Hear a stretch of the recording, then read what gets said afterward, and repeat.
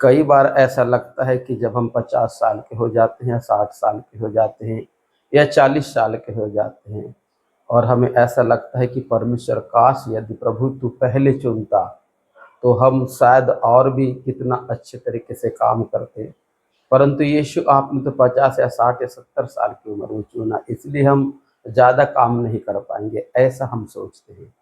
परंतु परमेश्वर का वचन कहता है यिर्मयाह 1 अध्याय और उसके 4 पद में, तब यहोवा का यह वचन मेरे पास पहुंचा,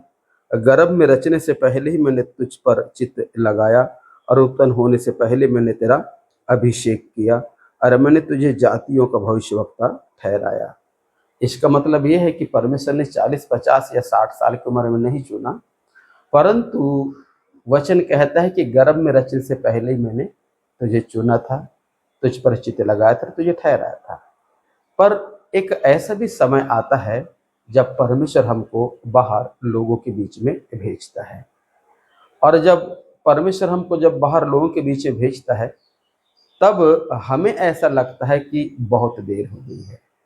हो सकता है क्योंकि हमारा नजरिया या हम ऐसा सोचते हैं,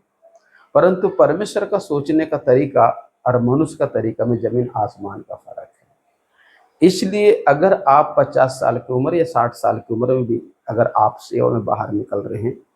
तो आपको घबराने की बिल्कुल आवश्यकता नहीं है, क्योंकि हम मूसा के बारे में भी देखते हैं कि जब मूसा को परमेश्वर ने सेवा में इस्तेमाल किया तो लगभग मूसा 80 साल का था, क्योंकि उम्र के 1 साल से लेके 40 साल तक वो तो मिस्र में फिरौन के यहाँ एक राजकुमार वाला जीवन को जी रहा था, और 40 साल के बाद फिर परमेश्वर ने उसको उठाकर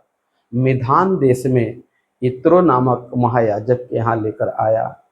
और वहाँ 40 साल इत्रो महायाजक की भेड़ और बकरी को चराया,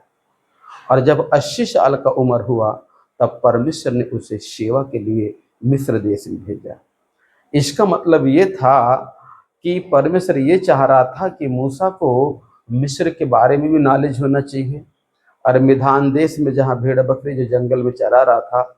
क्योंकि कई बार ऐसा होता है कि जंगल में उसे नदी या नाला का पानी पीने की आवश्यकता पड़े,